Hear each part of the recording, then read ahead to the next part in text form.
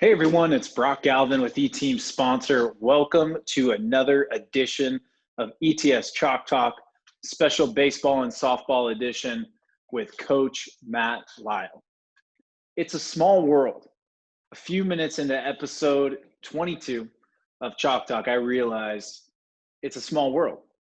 Having interviewed guests from around the country, Florida, Maryland, Texas, and it feels like honestly everywhere in between, I learned that Coach Lisle literally lived down the street. Our suburban town of 30,000 in the foothills of the East Bay was home to internet's most followed baseball and softball coach, and me. Sometimes you wonder, how the heck do people become famous? Each story of fame is different. This one truly qualifies as a rags to riches tale. Go ahead and check this out. I was hoping to kind of jump into a little bit of your story. I shared it in the opener that'll be featured on this, but you've gone from rags to riches in a sense, and you have lived the dream and are now coaching at Fresno State. But last year you were with the White Sox, and you talk about being homeless in 2010. If you look at 2010 Coach Lisle and 2020 Coach Lisle, so just over 10 years, how would you say like you're different now? Like what's different about you now than what was going on in 2010? To me, the first word comes to mind is just maturity. Like, I just think back then, I just wasn't, I didn't know, like I said, that's just the word that I just think that I think I was a good coach. I was getting better, but I think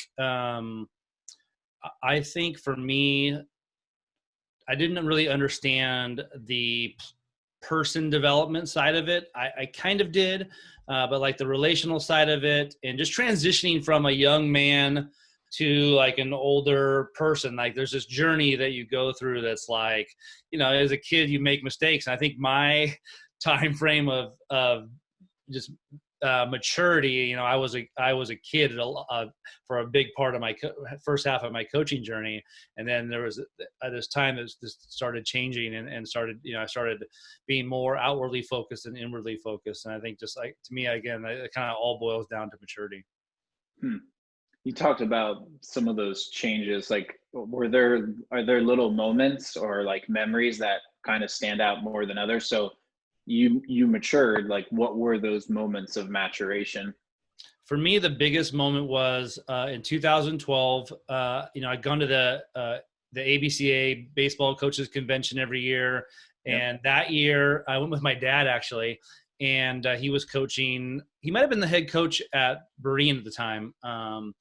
And I went with him, and this guy spoke named Bruce Brown about parents and coaching and just different stuff. And he was from Proactive Coaching. And I don't know what it was.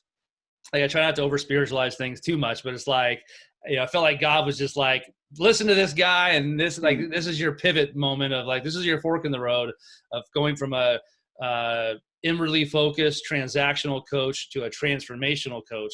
And at that moment, January 2012, I listened to him speak a couple times. I bought all of his books, his videos. He's now probably my biggest mentor. We've become really close over the last 8 years, and I'm glad that I was able to reach out to him, and he gave me a lot of access, and he's really helped me along my journey. And for coaching jobs that I've gone after, he's written me recommendation letters. And this is a guy that he's in a lot of Hall of Fames as college coach, and gave me access to just a random guy who listened to him speak, and he just really taught me just a lot about how to be a better coach. And so for me, that was the moment. There were definitely some mistakes and like things I had to learn along the way. But that was the day. I still remember this, January 2012 was the moment that I was like, okay, I need to really change how I coach, how I approach coaching. And it's something that I kind of learned over time. I didn't at the time, but to me, the biggest thing for me was I always wanted to do, from a job standpoint, I wanted to do what I was passionate about. Like, to me, follow your dreams, do what you're passionate about. And I've realized now at my age, 10 years later, and doing this for 20 years and being a parent for 24 years, for me, it's not about doing what you're passionate about.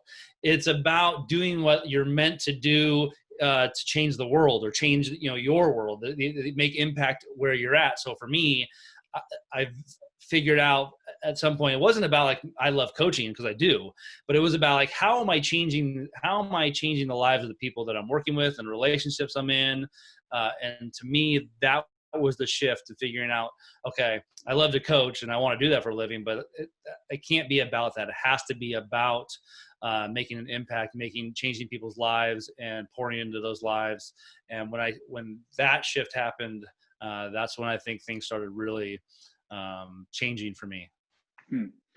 Yeah, there's this like competitiveness, and actually Jeff talked about it when we had him on, that's in every coach, and a part of that competition. And I think this desire to like do what you love, or like you said, it's almost like this inward, like, hey, this is what I'm passionate about. And so what I'm hearing is like this shift from inward to here's what I think others could benefit from, which is big. Another thing that stands out that I've heard from a lot of guys throughout the past 6 months on Chalk Talk is having a mentor, having a guide. And I think in life, we as coaches guide others, often younger generations, whether it's youth, like you've done, or even professionally, they're generally younger than us. But I think for you, it's not only guiding others, you have to have a guide if you're going to do that. And I think coaches oftentimes are lacking that, and that's what's holding them back from being successful. Let's jump into like the little ones first. I know you said you've been a parent for 24 years. We won't talk about parenting, but we'll talk about like this unique background and coaching at every single level. Like it blows my mind.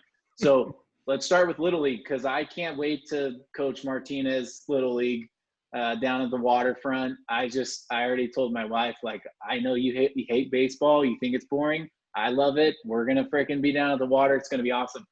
What is it like coaching kids?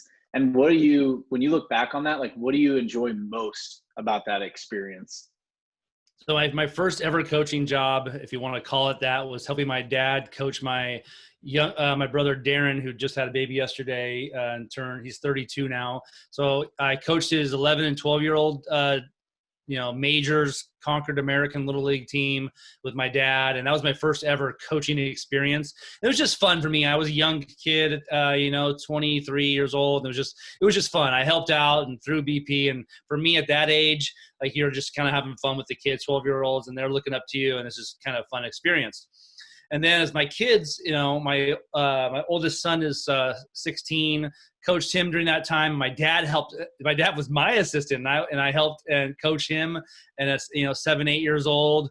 It's just different, for me, and everybody's different. Everyone's wired differently. For me, I've coached at the higher levels now, Major League Baseball and college. And like, I admit that like some of my biggest weaknesses, I have low patience and low tolerance for, not paying attention and goofing around. And you know what? I taught elementary school PE for several years. I taught K through 8 PE at a school. I taught K through 6 PE. So I have a lot of experience in those years. I spent at least 5-6 years teaching elementary PE and high school PE and some middle school PE, and I did that for a chunk of my life. And I'm the first one to admit, like, it's hard for me. Like, you know what I mean? Like, kids are goofing off. They don't want to pay attention. And so, but at the same time, like, there is this really fun part of being with these kids, and like, they're learning the game and making it fun. So for me, I had to figure out, how do I teach the game and then get them to be better, but also make it super fun. So like, I was able to develop practice plans that were competitive and really fun, and kind of trick them into learning the game without, setting up and having these long talks. And whereas in college and the pros, I can go to a major league player and break down the swing and tell him what he needs to do. And we have this very adult conversation, and then it's all business.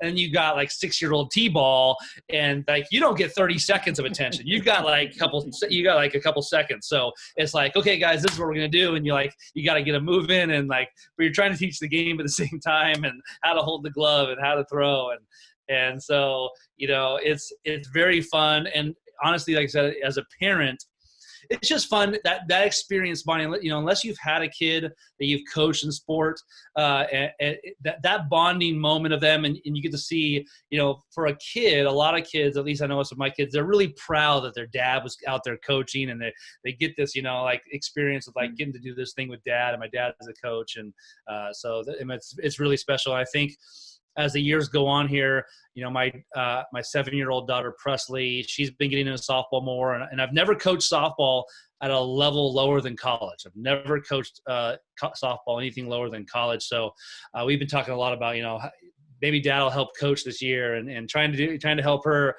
coach at the younger levels, and see how that goes too. So it is very fun. That's awesome. That's so beautiful. Going from, I know you were at Menlo. That was where I think it was your first head coaching gig as Menlo College softball. We have a couple Oaks on our staff, and so when I let them know that you were coming on, they were pumped. But what was this like adaptation from each level going up? Even in a professional sense, like a lot of people, I started as a sales rep at eTeam Sponsor. I'm at a different level now. There were a lot of different changes, different conversations that I'm involved in, strategy, whatnot. For you, like, and again, thinking of coaches who are sitting down, listening to this right now, thinking like, how do I adapt to this next challenge that I'm entering into? When you look back on your experience, like, adaptability is such a huge skill. And during this new normal time, adaptability is like more important than ever, of course. Yeah. So how have you been able to adapt, whether it was at Menlo or Fresno or in the SEC or in, Chicago with the White Sox? What did that look like for you in your journey? I think a big mistake that young coaches make, and I know that I made as the years went by sometimes, was my ambition, and coaches' ambition gets a little bit ahead of them. They start getting focused on the ladder and moving up the ladder and what they can do, instead of being really, really focused on like, how can I bring the most value to where I'm at right now? Be where your feet are, and how can I just be the best at this position? Like, if I'm going to be a volunteer assistant, I want to be the best volunteer. And I think for me, learning how to listen more and talk less. And for me, people ask me all the time, what were the secrets of success of all these things? And for me, if I was to point at something, it was always about the growth mindset and wanting to learn. There was never a level that I got to where I'm like, okay, I made it and now I'm in cruise control. Like, I wanted to be better. And anytime I failed or we lost a game, I was like, I don't want that to happen again, or I want to get better at that. Or if someone said to me, hey coach, why do you want me to swing like this? Or why, how do I do this? And I didn't know the answer. I would figure out, I would learn it. And so for me, and I think an encouragement and a challenge for a lot of coaches is like, you may, let's say you're a high school coach and hey, I'm not trying to get to the next level. I'm not trying to go up the ladder. I just want to be here and I'm comfortable here. What is it that you want? Is it, you want to be the best coach at that level? Do you want to be and so for me, it's trying to figure out, how do I help the most at this level, this program? And then, it's the same thing we tell kids. Like, if you focus on the process, the results come. And when you get focused on the results and not the process, that's where I think a lot of coaches make mistakes. It's like, okay, I'm trying to get to the next level, and instead of really focusing, being where your feet are and just letting it happen. And for me, that has really served me well, shifting to that focus versus the other. Yeah. Results are often the focus of a coach. Winning, results, status, accomplishment, achievement. And something that I'm hearing more and more in the coaching world across sport is process and detaching from the result, which is it feels counterintuitive, but I think it helps people play looser they're not as like tight. And I think they even coach that way too. I have some fun, like rapid fire questions, which could go any way that we wanted to. And I got a bunch of them, and I just say we go for it. Let's do it. You wrote this book about parent emails that you've received, which is a riot, and I need to get it. And actually, I had a guy previously on the podcast who was all about parent-coach communication. Fascinating stuff. Let's start with the good. What's like the best parent experience you've had as a coach? Honestly, I've been really fortunate that I've gotten so many emails about just like life-changing stuff. But there's one that sticks out to me about a travel ball dad who followed me, and he had a problem with drinking, and because of me and because of some stuff, long story short, he quit drinking because of me. And for the last couple of years, I check in with him about once a year, like, and he's like, I'm 2 years sober. And so for me, a big part of the social media game for me from the very beginning, when I started building the social media thing, was about like, how can I bring value to parents? And for me, that was probably the one that sticks out the most. But I've been really fortunate to get, thanks to social media and the internet, you can reach out to, and I get a lot of emails with a really good, stories about people's lives who've been changed that I've been able to touch, and it's pretty humbling. I love that one. Best advice you've ever received? The best advice I ever received, and it's still stuck with me, is that a good friend of mine, Marcus Elliott, Dr. Marcus Elliott, he works with a lot of pro NBA players, and he said to me one time, the biggest mistake that coaches make is that they develop a philosophy and then they spend their entire careers defending it. And to me, that was great advice. To the sense of like always learning, be willing to adapt, be willing to change. And Ron Woolforth is another, he's a pitching guy out there. And he would always say, hey, you know what I taught 10 years ago, it was bad. And I've changed, and here's how I've changed. And he owns that. And to me, it's the same thing that I have experienced in my life. Like, the stuff that I taught hitting wise to my hitters in the early 2000s is 180 degrees from what I teach now. And, I feel like I want to apologize to everybody I coached for the first 5 to 7 years because of how bad it was. So to me, the best advice I ever got was basically, continue to learn, continue to adapt, and get better, and be okay with saying, you know what, I thought this was the best information I had, and then I was wrong. And this is better stuff. And now I'm teaching this. And I think that's the best advice I've ever gotten. That's killer. So many coaches, I think back to myself, I would say, if we're really honest with ourselves and look at ourselves, like, we might be a little insecure. Like, there's times when we're insecure. And I think with insecurity comes that mindset of like, this is the way it is. I'm not changing from it. I'm sticking with the plan. And that can be viewed as a strength, right? But it is really important to own a mistake, or to own, hey, this is no longer true. We have to change. We have to pivot. That's so hard to do. And I'm even like thinking back to my first couple of years coaching, going, shoot, I thought that was right. And it wasn't the best way to go about it. Let's go baseball, very traditional sport, right? America's game. But out of all the traditions, superstitions, which is your favorite in regards to baseball? Oh man, that's a good question. And my guess for me growing up, it sounds weird, but never stepping on the lines. That's something that I never did that. And even today coaching, like at 43 years old, like I can't step on the lines. I don't know, of all the superstitions. You can't. So stuff like that. I would say that in high school and college, there were times I definitely didn't wash my socks for a winning streak. Just some stuff like just some random things. I think in 2020 for me, most of it is around routine. Like I think that I think most people say this is a superstition, and to me it's like, actually I think whatever the routine is, you adapt throughout the years. I think it could be said as superstition. I think routine could be the same thing on a game day, and how you do things, what you eat. I think that you definitely get into patterns where you're like, you know what, I'm going to do this the same way but like I said, for me, the one that sticks out of my head, as you said, was never stepping on the lines. Yeah. Well, there's like this so much. So we had a guy who worked here, and you might be familiar with some of his work. Austin Byler, he has a company called Major League University. It's very much like mental health for baseball players. And so I know that he works with some local colleges in the Bay Area too, but being in a state where you feel relaxed, you feel comfortable, I think when you have a routine, then it gives you like that confidence to, again, play your best. So that makes a ton of sense. All right. So you're a Bay Area guy. Let's go food for a second. Let's go off script.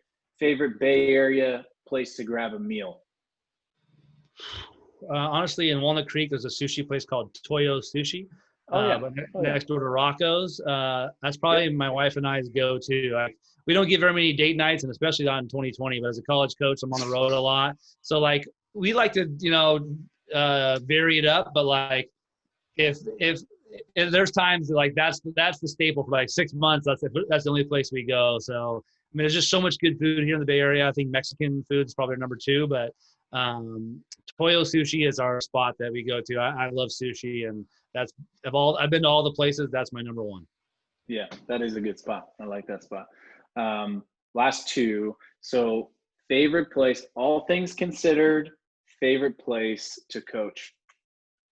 Weather, everything. Like the kids you got to coach. Looking back on your journey, where's like that place that jumps out? Oh man, there's so many. I mean, I'll tell you, Menlo College, NAIA, it was a really special place. The kids, we just had such a special year. Same thing when I coached I coached at St. Mary's High School in Berkeley, and I had Marcus Simeon and Matt Flemmer on my team. We just had a really, really special year. But I would say, I've coached in the SEC and I coached in South Carolina. I just think in the SEC, playing the SEC championship and the crowds. Because I've been at every level. That's been a pretty exciting place to be on. A weekend series in the SEC is a pretty is really fun experience. It's a whole nother level than probably anything else I've been at. Yeah, like I said, I have family in the South, so the more Big Ten country where they're at in Texas, but that's still a whole nother ball game. But I love how you got Menlo College in there. Shout out to the Oaks. Okay, last one, and this one is more, I guess, serious, and you even talked about, like, question you probably get asked all the time, like, hey, how do you be successful, like that sort of thing. But if you were to talk to a coach, any level, our kind of sweet spot is high school and small college. So like NAIA, that's like right up our wheelhouse. Junior college, what are like the top 3 things you would say a coach needs to be successful? For me, I coached high school for about 10 years. And I would say if I could go back to my old self and give myself advice, number 1 would be, and I think it was because I was just younger, and maybe it was the way I was coached or thought that was the right way to coach. I created this wall between myself and the players and the parents. So there was this like, this is the way we do it. And I don't want to mix. I don't want the parents to think I'm playing favoritism. I don't want so I kept the parents, away, and I kept this kind of wall between the players. Again, I'm the coach and you're the player. And to me, that was the biggest mistake I made. Like I wish that, and I had good relationships with the parents. Like I had parent meetings. I created these different parent groups and spoken to it. But like personal relationships with parents and players, I wish I had done a better job of. And when I got to the University of Oregon, I think back in my high school coaching years, I would end the game and give high fives, and I would walk straight to my car, maybe wave at a parent or something. And I coached at the University of Oregon my very first year coaching college D1. Our head coach, who's the head coach of Texas now, after the game, he was sitting in the stands talking to parents, and I was just like, oh, it's kind of weird. I never thought about that. And creating this relationship with the parents. So to me, that would have been the number 1 thing is like, hey, do a better job of creating a relationship with the players and the parents. Bring them into the family, bring them into the fold. And so that would be, number 2, I grew up in a family and parent and dad and other coaches who were very sarcastic. And we as brothers, you know, a lot of our joking and coaching, there was a lot of sarcasm. So that's how I coached. That was my style. And I thought it was funny, and I realized throughout the years that like 90% of the time it really wasn't funny, and then the players didn't think it was funny. And so I would have told my old self, you know, way less sarcasm and way more empathy. Empathy would have been the key, and I think I didn't do a very good job of that either. And so, which all boils down to the end of the day is trust, love, and relationships. And I look back at the players that I coached that I had really close relationships with, and 10, 15 years later I still talk to. I wish I had done a better job with all of my players and with the parents is to try to develop more trust, more relationship, more love, on the individual basis than just like, a group. And that would be the biggest advice I would have given myself and other coaches that are coaching at that level is you got to really pour into the players individually. And I think now in 2020, I do a much better job of having really close relationships with all of the players that I coach. Parents again. Parents is that first thing that you talked about, and it's standing out so much to me lately how important that is. We think we have to be enemies with them or say, hey, I don't have time for you. But if you can get parents to be a part of your program, then you have more support, more transparency. And if they understand what you're trying to do with their kids, then they're going to be, especially if what you're trying to do is what you just said, trust, love, relationships. I don't think any, reasonable human is going to have a critique for that. Most people desire those things and want those things. So if you can share that with your parents and then treat kids, sarcasm's another, that's really interesting. A lot of coaches, I think I was coached that way too, where the coach is funny, you got a good personality, you're charismatic, but sometimes that can be like hurtful, know, and like you said, it's not the most sympathetic thing to a kid who's probably going through X, Y, and Z every day, let alone in a year like this where I don't know, like what has that been like just real quick on COVID with the players that you're interacting with? I know you have I'm a UC Davis guy. You have Daniel, who's one of your top clients, and he's making us all us Aggies proud with what he's done in MLB. But what has it been like working with people during COVID year? Is it different? Are you noticing like, man, people are really struggling more than usual? Or talk to me about that real quick. I've actually been working with him the last few months. During this one, actually one of the only people I've actually been able to work with, other than some other guys. Face to face, yeah. Yeah, it's been tough. But I think the hard part that you have for high school and college kids is that a lot of them, when given the choice and the freedom, they don't choose to work hard. They're not going to go out and do it on their own. They need routine. They need accountability. They need some coach. And you have some players. Every team's got a few players that are, they're gung-ho and they're going to go practice on their own. They don't need coach to tell them. But I think most coaches like to think that most kids are like that. And honestly, they're not. If given their own freedom, they're going to choose screen time and they're going to choose this and that, and they get into the funk. And so I think it's difficult. And at the same time, if I'm a high school coach and a college coach right now, that you can't – even accountability is tough. You can't get on your players for not doing work right now. And especially with the uncertainty, I think a lot of players this summer were like, well, we don't know if we're going to have a season. We don't know if we're going to have a fall ball. We don't. Mm-hmm. So it's like a lot of times athletes, as long as you know there's something coming, I think you can start training for it. But if it's really in the unknown, like, hey, we might not even have a season. Well, then I'm not going to, I'll hold off on working hard. So I think it's difficult. And I think, what 2020 has done is given a lot of coaches opportunities that maybe if they didn't have good relationships with their players before, or they didn't have good team chemistry or good team cultures, Zoom calls, and this has allowed this. Because as a college coach, I'm working 80 hours a week and we're on the field and we don't get a lot of one-on-one time. And this year, I had an apartment in Fresno. I have my family 3 hours north. And so going this back and forth. So I actually had more time this year than I've ever had. So I took players out to dinner. We went out to ice cream but I would say in normal rhythm of life, I didn't get a lot of opportunities to do that. So the COVID has allowed or given the opportunity, at least to coaches, high school coaches across the board, like, hey, let's focus on some building our culture. Let's focus on team chemistry way more than you have. And I think a lot of coaches say, you know what, we work on it. Maybe 1 hour a week they focus on team culture and leadership and building chemistry. But I think a lot of coaches would all admit, in reality, like 1 hour a week is probably the most they do. Now you have the opportunity to do multiple hours a week on that. And so hopefully the coaches took advantage of that and really focusing on that. So I'm okay with that if the coaches were smart enough to really dig in on the team culture piece and the chemistry piece and building that, so that when you do get a chance to come back together, it's a different environment. I think kind of that's the key to all this. Yeah. Well, it's the great separator, like for companies, for programs, for individual athletes. Like you said, you're going to tell, was this kid working out?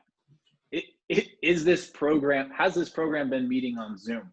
Yep. And we know, because we work with, 5,000 schools across the country, where like there are some Zoom calls where these kids are dialed, they're used to it. They know how to raise their hand on Zoom. They know how to mute themselves and unmute themselves. And there's no, chat section that's getting, inappropriate or whatever. Yep. But then there are some programs where it's like, this is a show right here. Yep. So it's a great separator. And I know that you've offered for years now, and including in this time, a ton of wisdom and tidbits for coaches to hone their own craft, improve, and grow ultimately, like you've been able to grow. So I appreciate you carving out some time for us, man. We know that this is going to bless a bunch of people. And thanks for joining us. Oh, thanks for having me.